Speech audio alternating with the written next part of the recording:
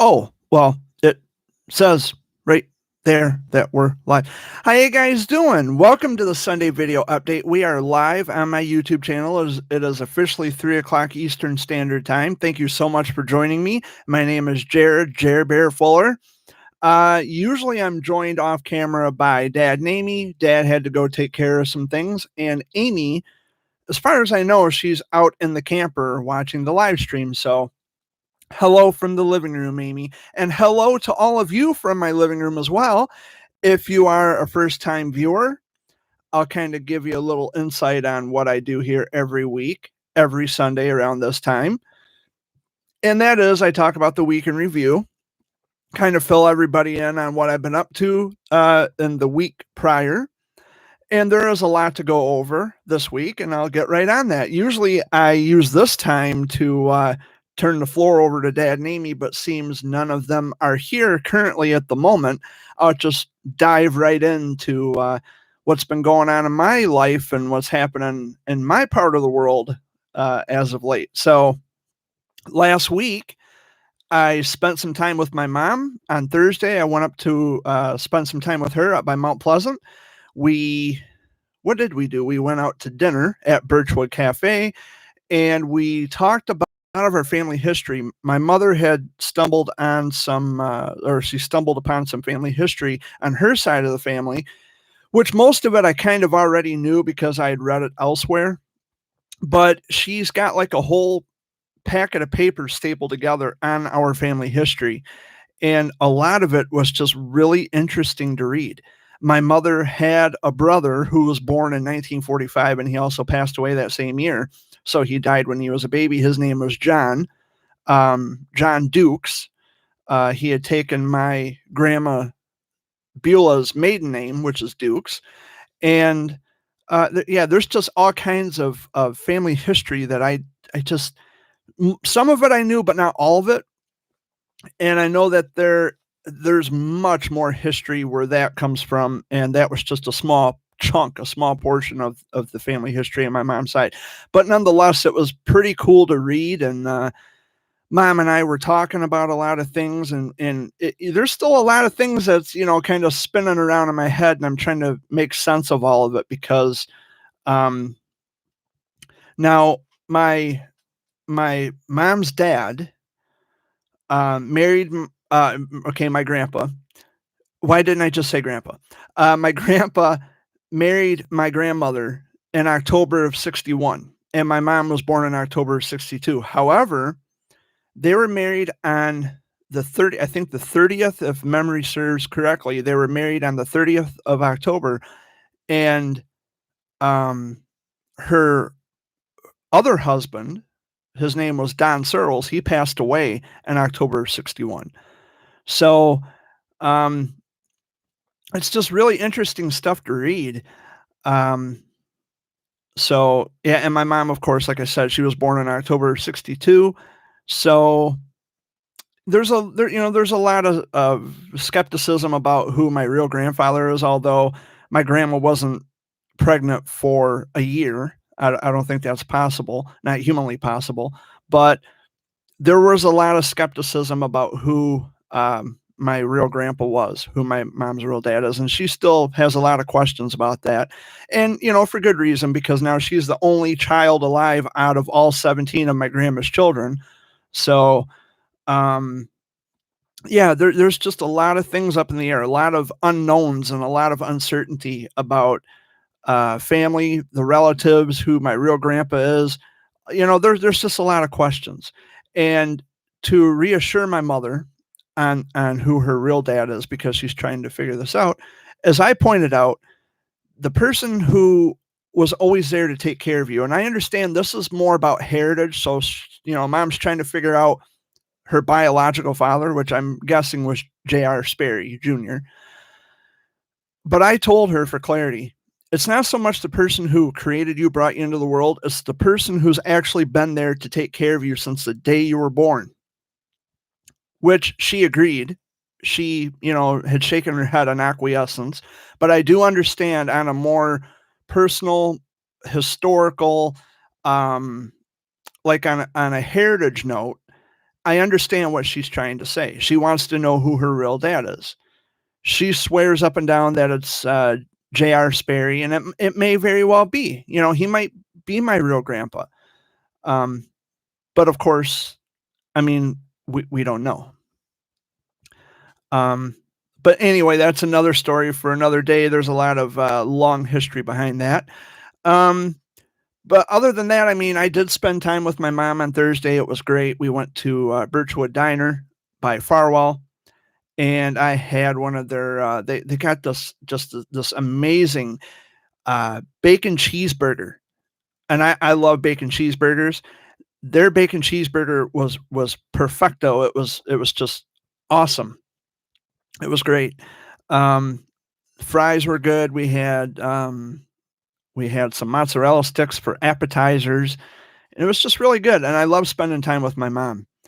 I love spending time with my dad too, but um, I live with my dad, so I see my dad every day. I don't get to see my mom every day, but it was still a wonderful visit nonetheless, and I'm glad that I was able to get up there and visit with her. I don't think I did anything on Friday, or if I did, I probably wouldn't remember, because I need to start writing this shit down. Actually, on Friday, I had to go. Let's see, today is the 5th. 2 days ago, I think I was on Owasso a couple days ago. I had to go to the. Or no, that was on the 1st. See, I got to write this down because if I don't write it down, I'm going to forget what to announce here. But yesterday, for a fact, yesterday, I had driven all the way down to Chelsea, Michigan. I had uploaded a couple of videos for all of you for your viewing pleasure. One of those being the Jiffy Mix, the greenery where they make the what do you call it? The batter for the muffins and cupcakes and things like that, which was pretty cool. I know, the videos were short, and I do apologize for that, but I didn't want to stay there for a long period of time and then overstay. I just wanted to keep the video short and sweet, like the Jiffy muffins. Good stuff, by the way. And of course, I had taken a video of the Purple Rose Theater Company that is in fact owned by Jeff Daniels, the actor from Dumb and Dumber and Speed and all the other movies that you've come to know and love over the years. So yeah, there's a couple of places in Chelsea, Michigan that I brought to you. And Jeff Daniels does have his own YouTube channel, I'm pretty sure. I know one of them is the Purple Rose Theater Company, but I'm pretty sure Jeff has his own YouTube channel, like his own personal YouTube channel. Be worth checking out. He does talk about Chelsea quite a bit. He talks about Jiffy. He talks about his Purple Rose Theater Company. And he talks about the village of Chelsea in general. Or is it a city? I don't know. But in any event, he talks about Chelsea, and it's one of the very cool places to check out while in Michigan if you ever decide to venture up this way into the Great Lakes state. So much to see and do in Michigan, and that's what I tell all my out-of-state friends. If you ever make it to Michigan, there's always something to do up here. Come on up, check it out, enjoy the sights, enjoy the sounds, check out the scenery. We don't have mountains, we don't have oceans, we have landfills and Great Lakes. That's as close as it's going to get. But nonetheless, there's so much to do, so much to see and do up here in Michigan. And as soon as all this COVID nonsense kind of quiets down and people are able to move a little more freely, Michigan should be in like your top 10 places to visit during a summer vacation, because it is awesome here. I was in Lansing and East Lansing and Jackson, and oh wow, I was everywhere today, or yesterday. Not today. I've only been here today. Yesterday I went to Lansing and East Lansing and Jackson and Chelsea, and I just felt like getting out and going for a drive, because sometimes you sit around and you think about things a little too much, a little too hard for a little too long, and you have to tell yourself, fuck this, I got to get out of here. So, that's what I did. I just hopped in the van and took off. I put some money in the or I put some money in the gas tank, and I just took off for the day. I got to get new brake pads, and I'm probably going to have to get new rotors for my van. That's going to be expensive. Um, but it's got to be done. Those haven't been the rotors haven't been changed. The brake pads have been changed, but I didn't think they'd go bad so quickly because, believe it or not, I hardly drive anywhere.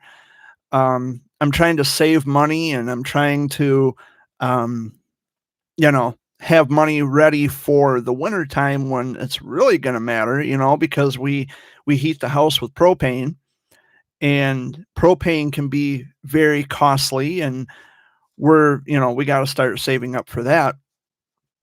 But I knew the time. I mean, you're going to have maintenance issues with vehicles no matter what you own. You could own the newest vehicle and you're still going to have to stick money into it. Gas, oil changes. You're going to have to change the brake pads. You're going to have to, check your additives and get all those filled and replaced. You're always going to stick money into a car regardless. Who's here? Oh, it's Amy. 1 second, guys.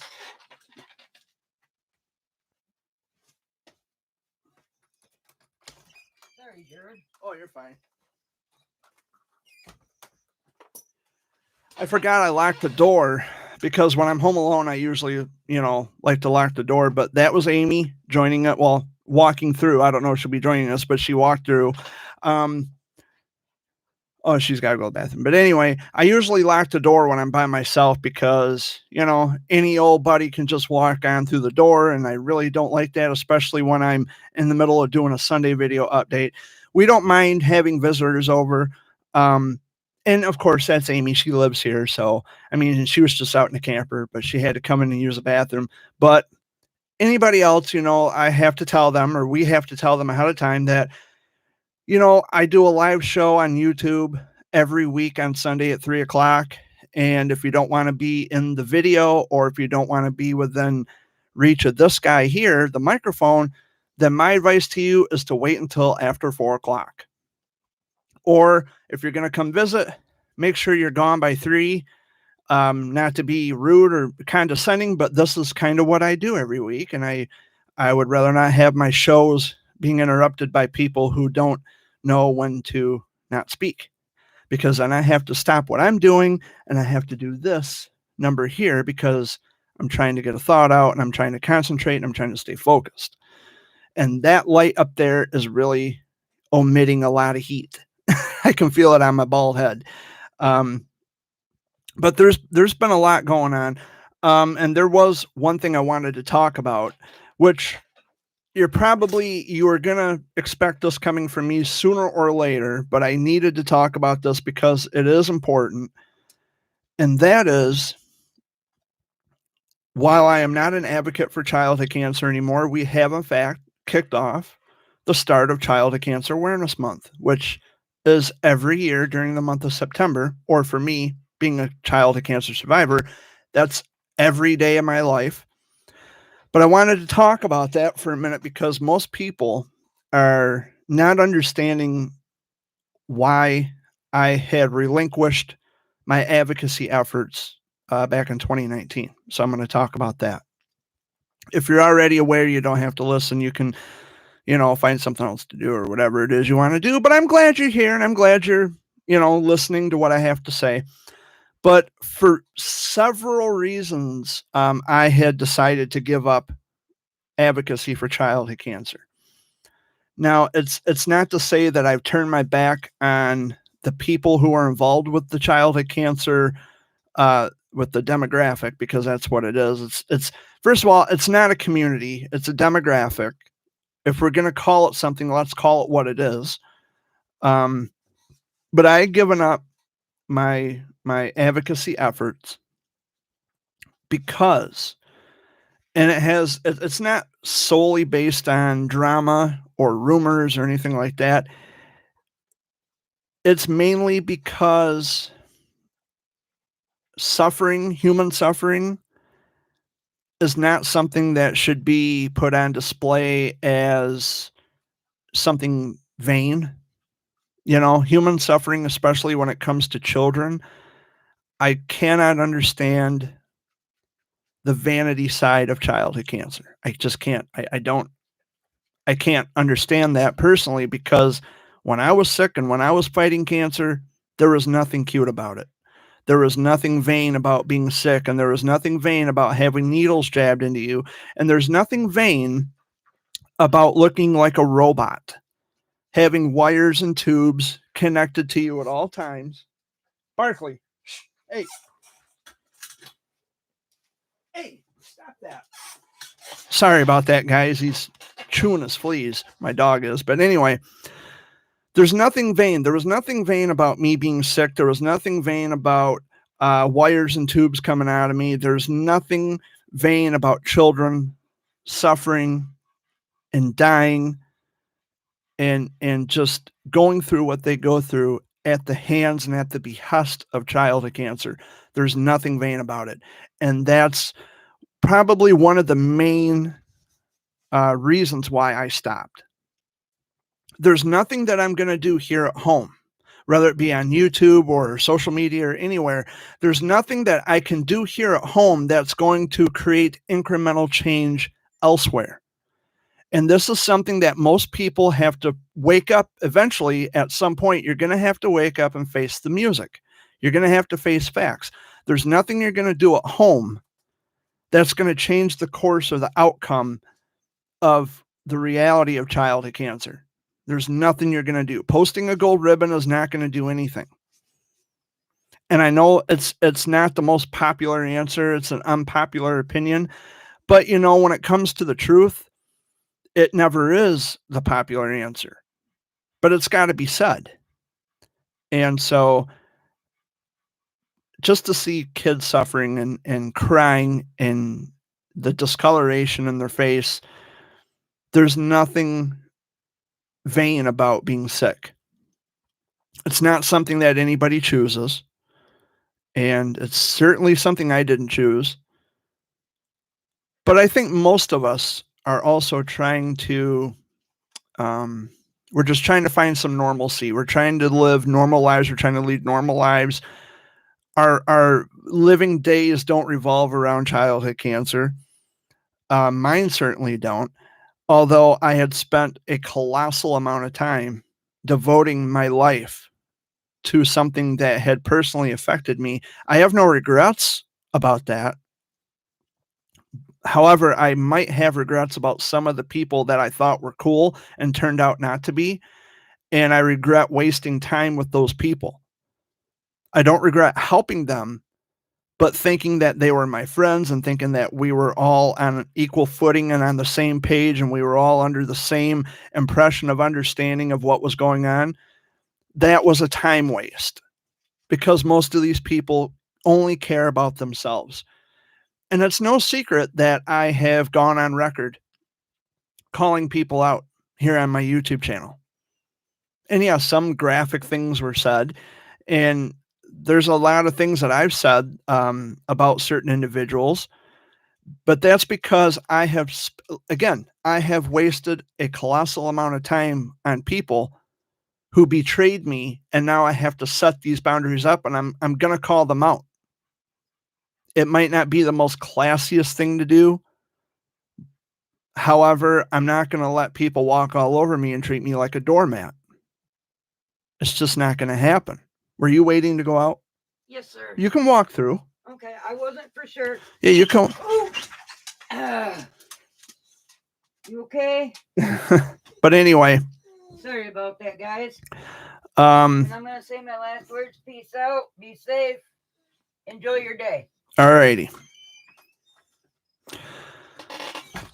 But I also want you to understand that just because I'm not an advocate for childhood cancer anymore, it does not mean that I have stopped caring about you and your family. It doesn't mean that the love stops just because my advocacy stopped. I love the people that I've had the interactions with over the years, and I've been at this for many years. That love and that connection, and there's, you know, even with the people that I still talk to today, that interaction is still there. The love is still there. We still keep in contact. There's people out there who've said horrible things about me, and basically what you're getting is retaliation for that. But the love that I have for the people that I'm still connected with and we talk almost daily, that hasn't changed. And I'm grateful for that because those people who really and truly know me and the real me, and they know what I'm about, they are finally starting to understand that I've had enough.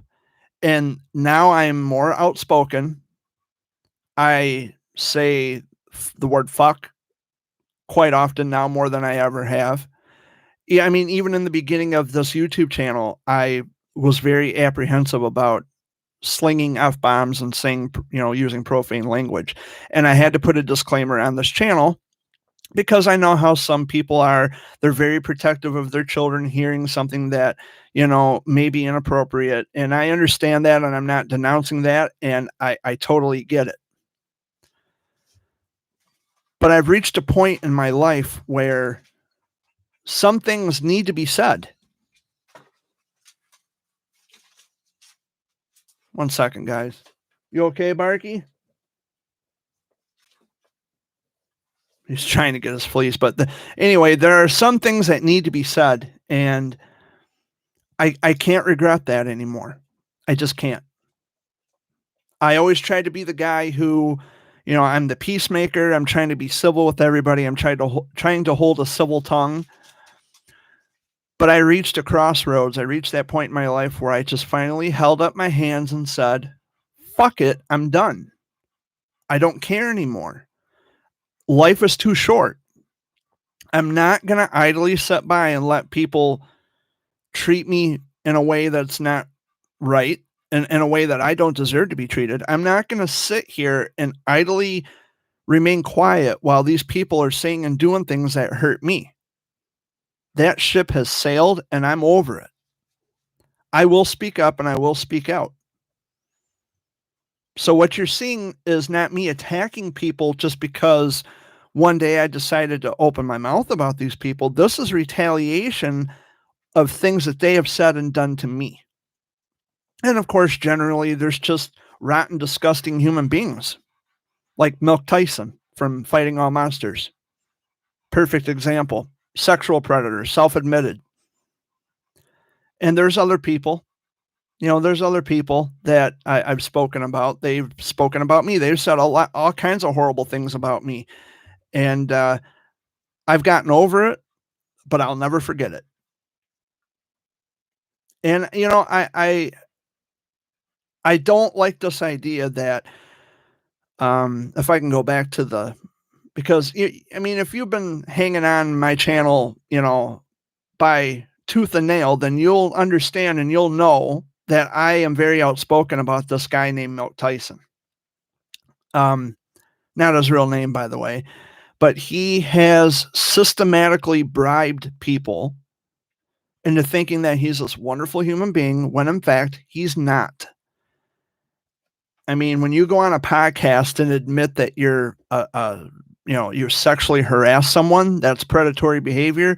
And when I've tried to get certain people, people who I know are they're very intellectual about their thoughts. They're sane. They're very cognizant about the things they think about. When I try to get them to understand that they are defending and supporting a creep, all they can say to me is, Jared, don't you think people can change? Sex predators? No.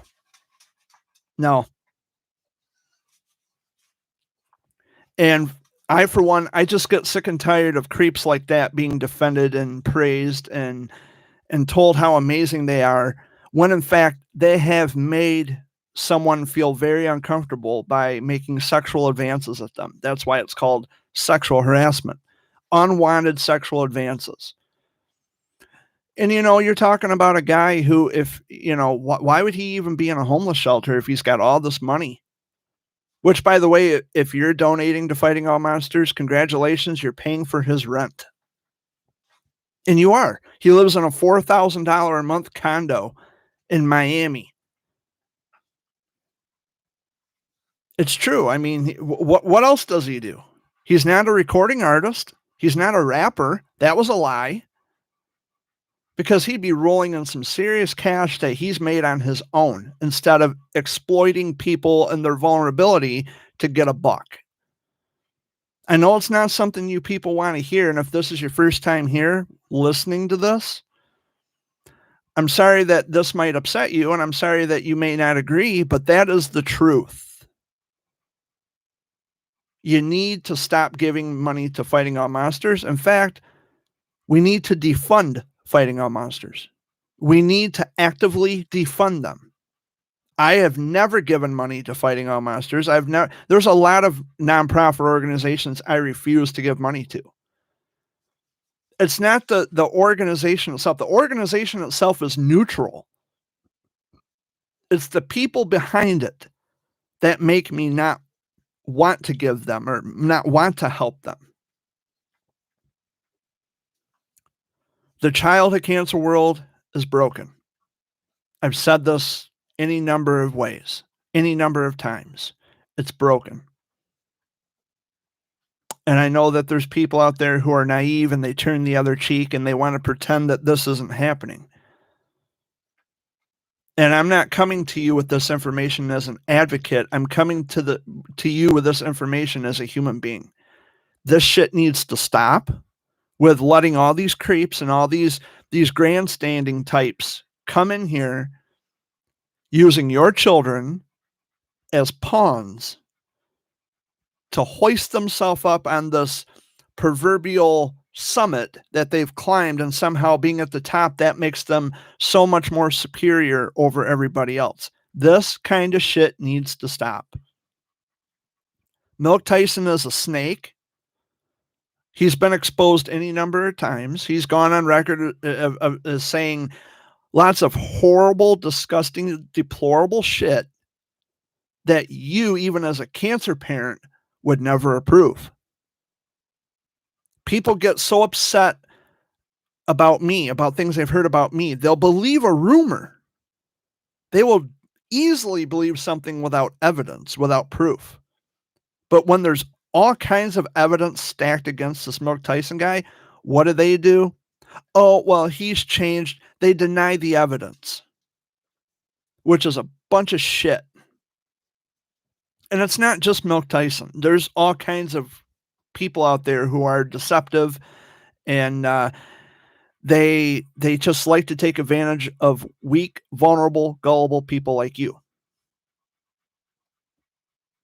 And I wish it wasn't this way, but it is.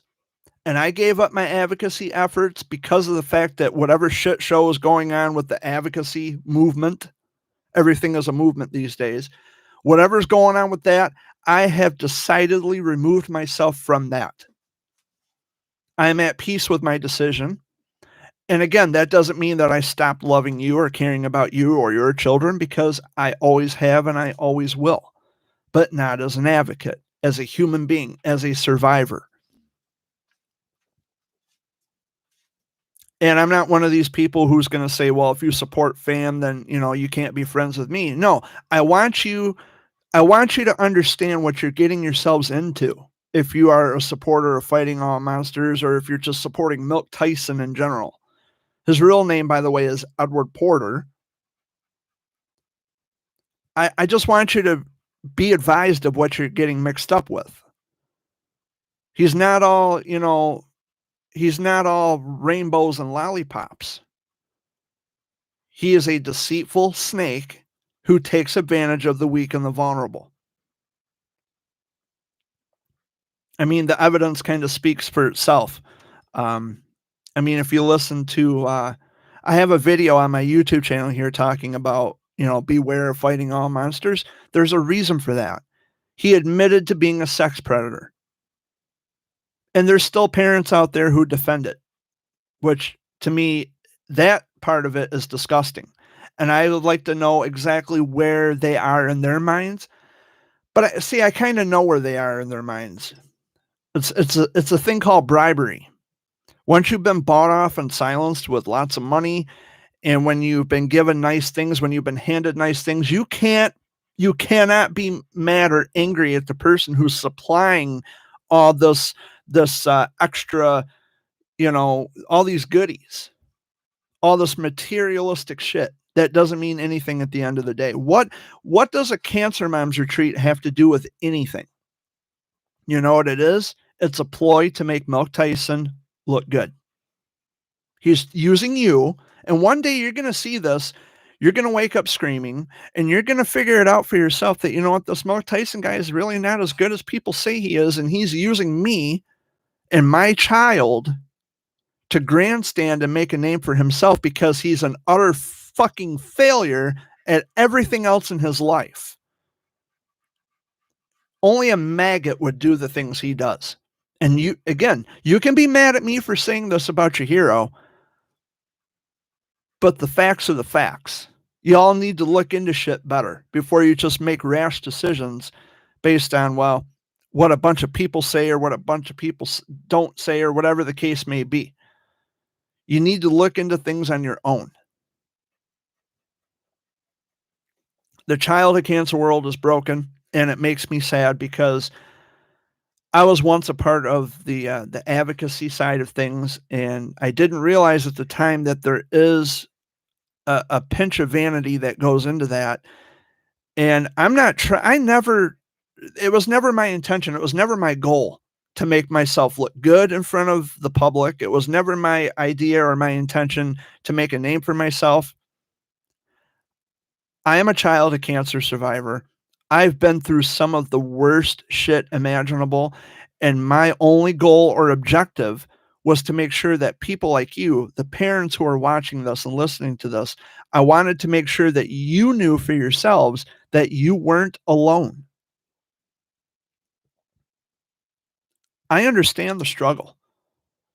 My mom and dad has been exactly where you are today with your child. I guarantee it. And I myself personally have been in the same situations and positions as your child now. I guarantee it. But I'm coming to you today as a human being, not as an advocate, not with any virtue signaling special labels. I'm coming to you as Jared Fuller. Jared Bear is my nickname, derived from my cancer battle, yes. Make no mistake. But there are more important, more deeper things about childhood cancer that I can see in the deepest cores of people's souls. Poetically speaking, I can see that. There's something deeply rooted about struggles that I can understand directly that most other people can't. I'm not trying to be a big shot. I'm not trying to make a name for myself. I'm not, I'm not one of these people who are so desperate and alone, and I have to cling on to everybody else's life because I don't have a life of my own. I have a life of my own, and I don't live the best life, but it is a life nonetheless, and it's up to me to make it as great or as good as I want it. It's not up to anybody else. It's up to me.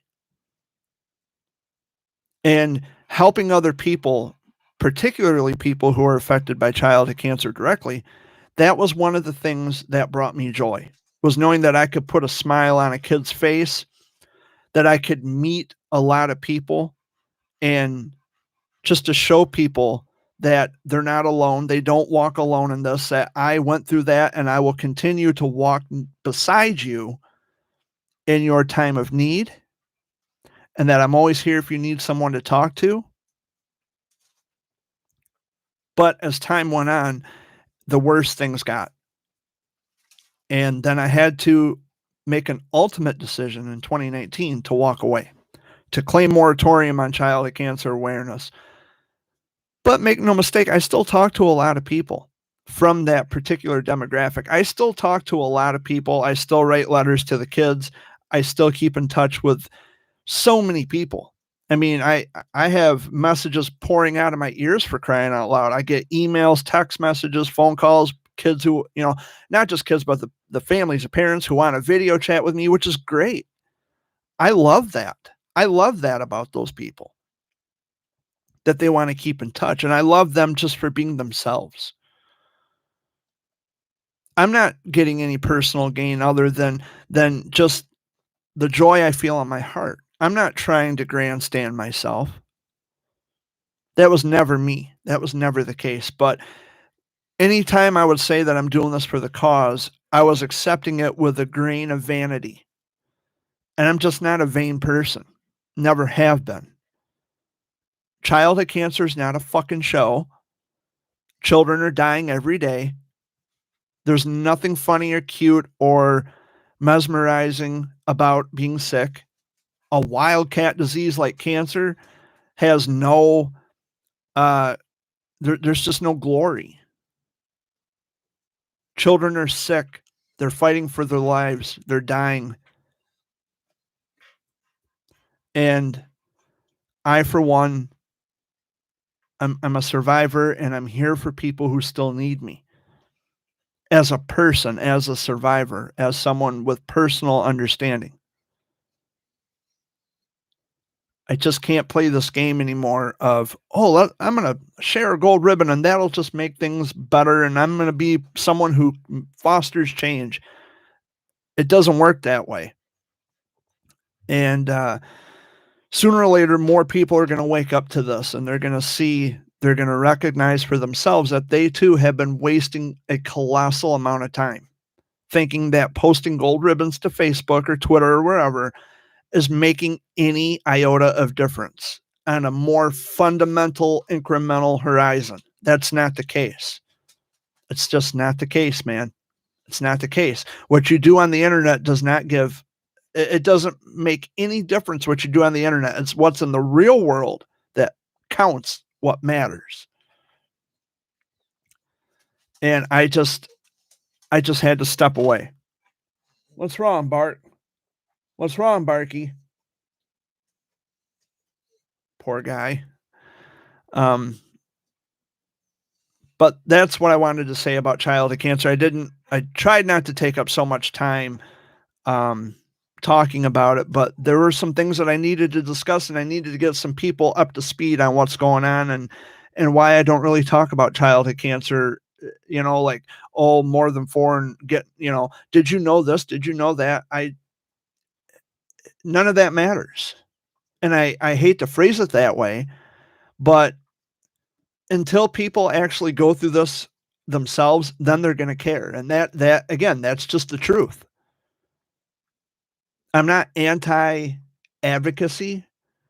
I'm anti-vanity, especially when it comes to children who are sick and dying, because I was in that position myself. And my mom and dad didn't think it was a show either when I was sick. We didn't have Facebook back then. We didn't have any kind of social media, anything back in 1989. It was a different world. And I understand that everyone flocks to the internet, which apparently so do I. But not everybody has your best interest at heart. And that's something you need to wake up, and you need to understand and realize that there's people out there who are not genuinely for you. They don't care about you. They've never had to go through what you've had to go through. And the only thing they care about at the end of the day is that they're standing on some mountaintop, pounding their fucking chest, saying, hey, look at me. I used someone's child to make myself look like some amazing macho Hulk. It's not the way it's supposed to be. And so many people are geared to that. They are stuck on that. There's people that I used to talk to almost daily that I don't talk to anymore because they flock to these groups and these certain camps. I have to be camp fam or camp this or camp that. And it's ridiculous that I can no longer have civilized conversations with those people because of the fact that they refuse to see the forest for the trees. And it's not my job to teach or to tell anybody how to spot the obvious. I can't think of anybody in their right mind who would be okay with a known, proud, self-proclaimed sex predator having access to their children, giving people money, paying for vacations. I can't think of any parent with a brain, anybody who cares at all about protecting children. I cannot think of one reason that would ever make a sane parent defend a creep. I can't. All the money in the world could never make me see gray. There's black and there's white. There's right and there's wrong. And all the money in the world could never make me see gray. Never.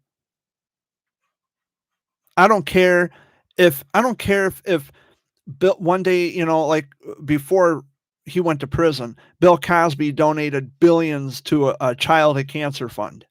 I don't care. I don't care what he does.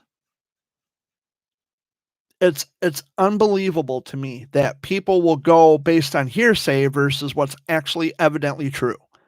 That's the world I live in, and I cannot believe what I see, what I hear.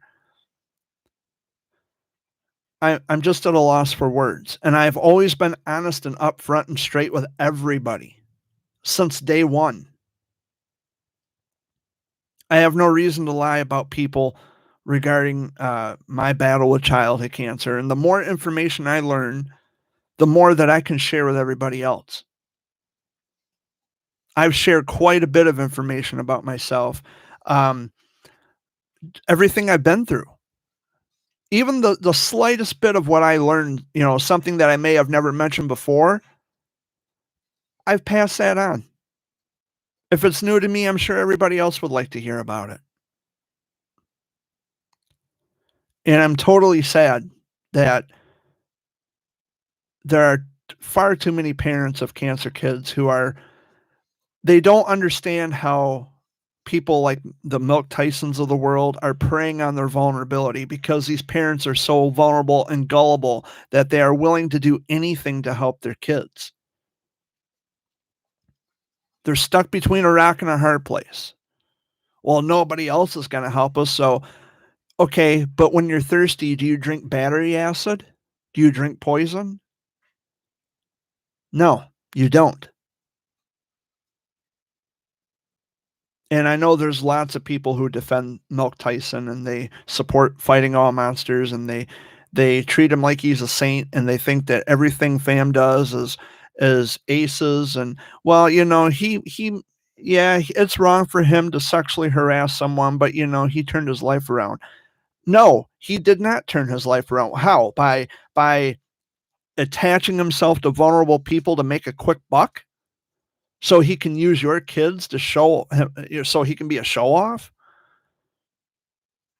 Meanwhile, your kids are sick and dying, and he's out there touting like he's some big shot. One thing that he will never be able to say, and one thing that most people will never be able to say, is that when your children fight, I fight with them. I understand that fight.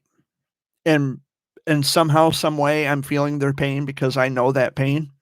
And when your children pass away, a part of me dies with them because they captured my heart directly. Me being a cancer survivor is irrevocable. There's no way you're going to reverse this. I wish I could reverse it. It's not something that anybody chooses. It's just the way things happen. And I've exhausted every point that I've tried to make to people. And no matter what I say, no matter what I do, I cannot get through to people and get them to understand that they are making a huge, huge mistake getting involved with people like this. I'm not saying I'm perfect, but I don't sexually harass people. Um, I don't go around saying, well, there's always going to be a kid with cancer and hoorah for me. That's kind of his, Milk Tyson's attitude. And this playing the cancer card bullshit, it's not playing a card. It's what people go through. So, I mean, to take all this for granted and to play down on it like it's no big deal, to me is it's heartless and it's deceitful, and there's just no good reason to give this guy any more of your time. If I did that, it would be a big crime against nature. Trust me, it would be. There's people out there already who just want to think or believe bad thoughts about me without evidence. But we'll make exceptions for this guy because he got my kids on the Ellen show. He paid for a cancer mom's retreat. He did this and he did that. Well, la-di-da, goody for him. He's a snake. He is a deceitful snake.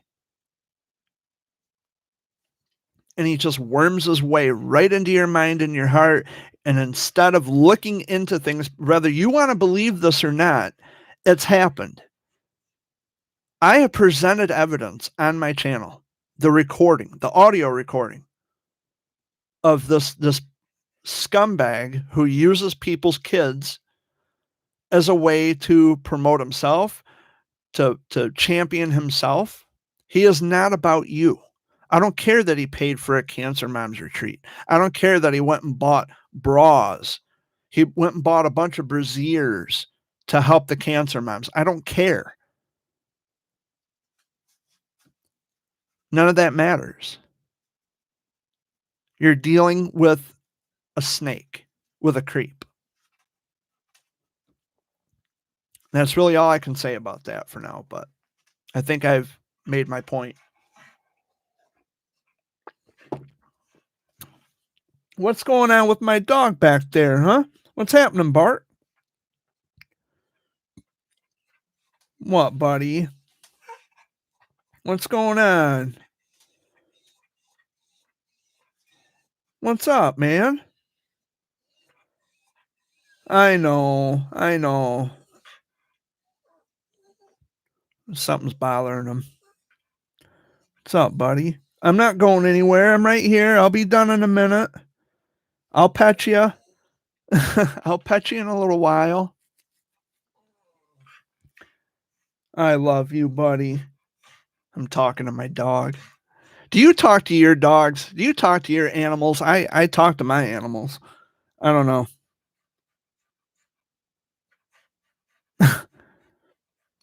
Oh, I love my dogs. He's getting old, though. We've had Barkley for a very long time, and he's getting up there in age. He's slowly getting around, and, going to be about that time, unfortunately. But, that's just the way it is. Dogs age quicker than humans, and we lose them untimely, It's untimely to us, but maybe not for them because, they age quicker than we do. But it's never easy to lose an animal.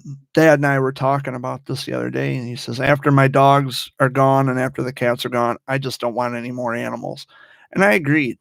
I just, it's not that I don't love dogs and cats, but you get attached to them and then they die or they get really sick and then you have to put them to sleep. And that's the hardest thing in the world. But it's probably even more difficult to watch them suffer. So on that note, I mean, I can understand why Dad doesn't want any more animals after they're gone. And I agree. I don't really want any more animals either. I've had cats and dogs, and, most of them are gone now. Not that I didn't love them, because they were an integral part of my life. They brought joy and happiness. They were always happy to see me. No matter what, I could have the worst day, and they would be happy to see me. I wish humans were like that. I wish humans understood loyalty, like real loyalty, like dogs do. You can have the worst day and they'll come up to you and want you to pet them and they'll wag their tail. They get all excited and happy to see you. Humans, I don't know, human beings are just, we think too much. We think too much about too many things. A dog, on the other hand, a dog will love you regardless. You pet them, you take care of them, you give them cookies once in a while, you give them treats. You got a buddy. It's just really hard when you lose them, when you have to put them to sleep.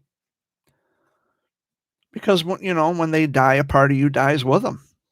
They become one of the family. You take care of them and you look after their well-being. You're a steward of their health, and and when they're gone forever, I mean that's a hard thing to take. But anyway, I don't know how long I've been here. The hour goes by so quick that I lose track of time.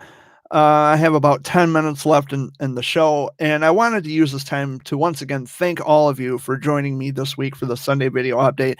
I thought Dad and Amy were going to actually be here with me this week so we could talk about specific things and Dad could give his insight, Amy could give hers. She did come in briefly to use a bathroom and then she went right back out, which is fine. I mean, she needs time to herself too. And I actually don't mind doing this by myself. Although a second and third set of thoughts and opinions would always be helpful. And, who knows? I might even have special guests join me. I do have another microphone that's off camera. It's over here. I might have somebody else join me sometime for the Sunday video update and kind of give their thoughts and opinions on things and just kind of, see what they got to say about some things. But I'm not perfect. I'm a human being. I'm not perfect. Like all of you, you're not perfect, but we do the best we can. And we take our knowledge of morality, what we know to be true, what we know to be moral, and we strive to continue on and trail on with the morality. People who are not sincere about what they do, they need to be called out. Because if they're not for you and if they're only doing this for themselves, that needs to be exposed. Especially when we're talking about charitable contributions, when we're talking about children who are sick, children who are dying.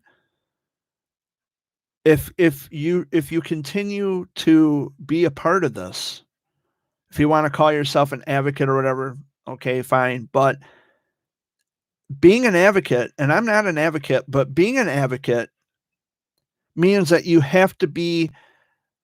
See, the thing, everybody tosses around the word advocate and activist all the time. But what they fail to understand is that advocacy and activism is not just helping people financially. It's not just, donating to worthy causes. It's not just financial, whatever, the financial side of things.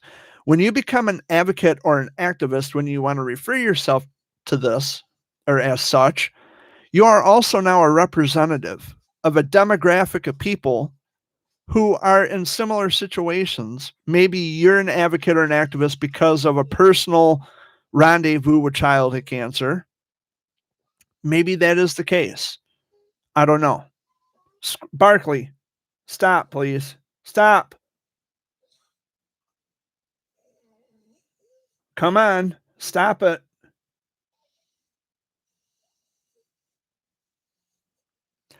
Now, maybe you're an advocate or an activist for personal reasons. Maybe your child was affected by cancer, which is most likely the case because that's how most of it is. That's how most parents become involved personally. But if you're going to call yourself advocate, activist, whatever, you have to also be willing to stand up and speak out against the Milk Tysons of the world. You have to be willing to speak up and speak out against people who are using childhood cancer to champion themselves as some great thing to happen since sliced bread, that's their ulterior motive. I don't have any ulterior motives. I never have. Other than to show people that they weren't alone and that they didn't have to go through the darkness by themselves, that's all I tried to do. I just wanted to be there for people who may have needed an extra shoulder to cry on, an extra ear that would listen. Maybe I could throw a few bucks their way for gas or food or lodging or whatever the case may be, which I've done. But at the end of the day, I get to put my head down on the pillow at night and know that I did something for the right reasons. And I'm not using people to make myself look good. It's more important to feel good than it is to look good. And I think people have forgotten that. They've lost that about themselves. That's why I'm not crazy about vanity when it comes to sick and dying children. I'm just not. And I'll speak about this forever and a day until people get it. It's not about you.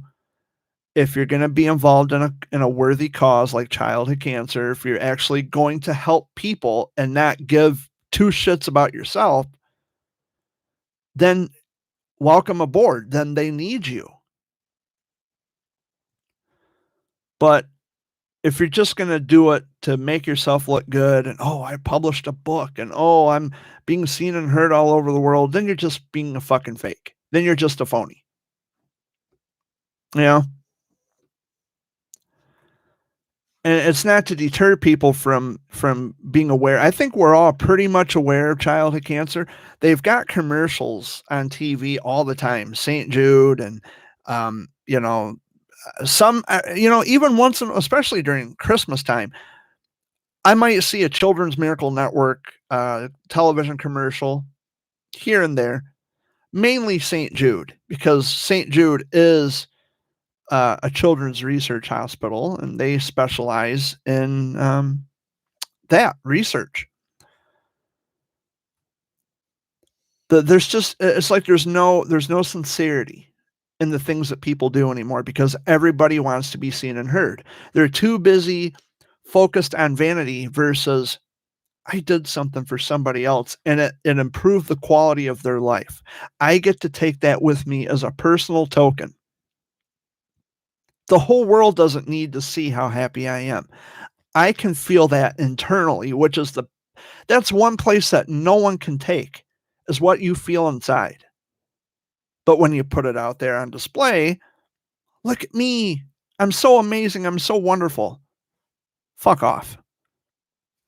Those are my feelings. Because it's not about you. Hell, it's not even about me. So we're down to the last 2 minutes of the Sunday video update. If Dad was here, he would probably advise everybody to take it easy out there and to have a good week. Dad's been having some kind of health issues going on. He's been dealing with a lot of stress because he finds himself to be subservient to everyone else's needs. And I keep telling him, you need to slow it down. You need to start thinking about yourself. It's one thing to allow yourself to be a slave to everybody else's needs, but now your health is involved. And now you got to do something about that. You cannot let people take advantage of you.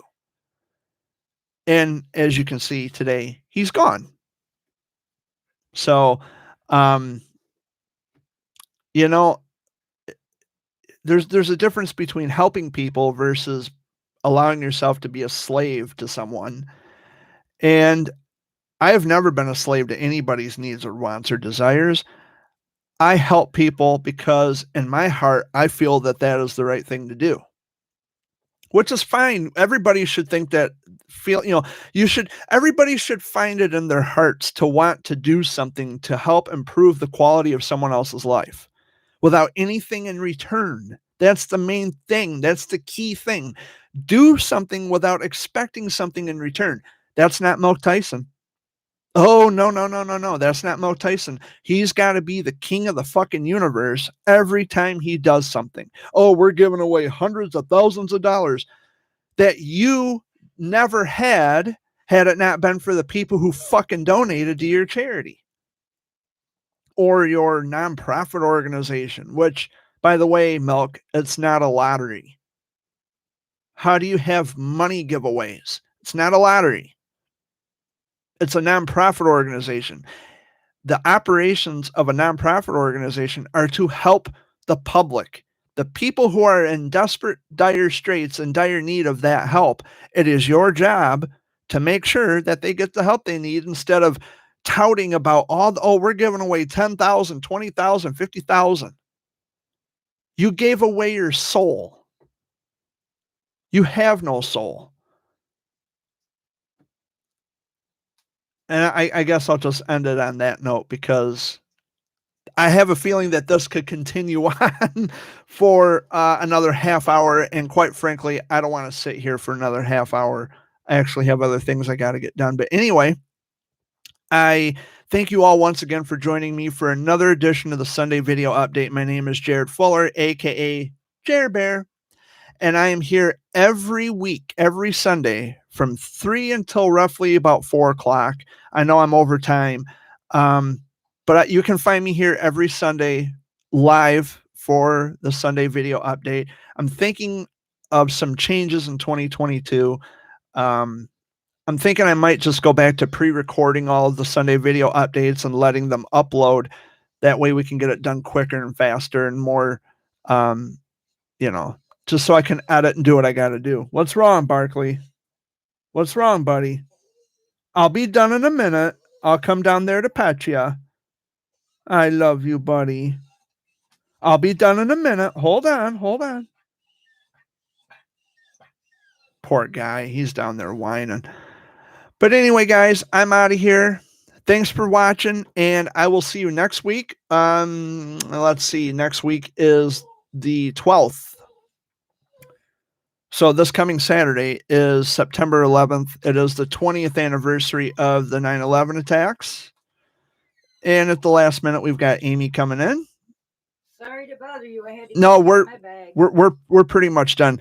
He's whining. I don't know if It's the reason why is because he can't get up on those hind legs. I gotcha. Dad gave him nothing yet for it. Well, we're gonna have to give him something here pretty soon. But anyway, Grandpa's. Oh, Dad's at Grandpa's. Okay, Grandpa Fuller's. So much love to all of you once again, and I will be here next week on the 12th. This Saturday is September 11th, the 20th anniversary of the 9/11 attacks. Of course, we can't forget about that. That is a big thing. 20 years since the 9/11 terrorist attacks, and we recognize and remember the people who lost their lives on that day. So I will see you next week. Much love, and take care, guys. I'll be back on the 12th. Peace out. See y'all next week.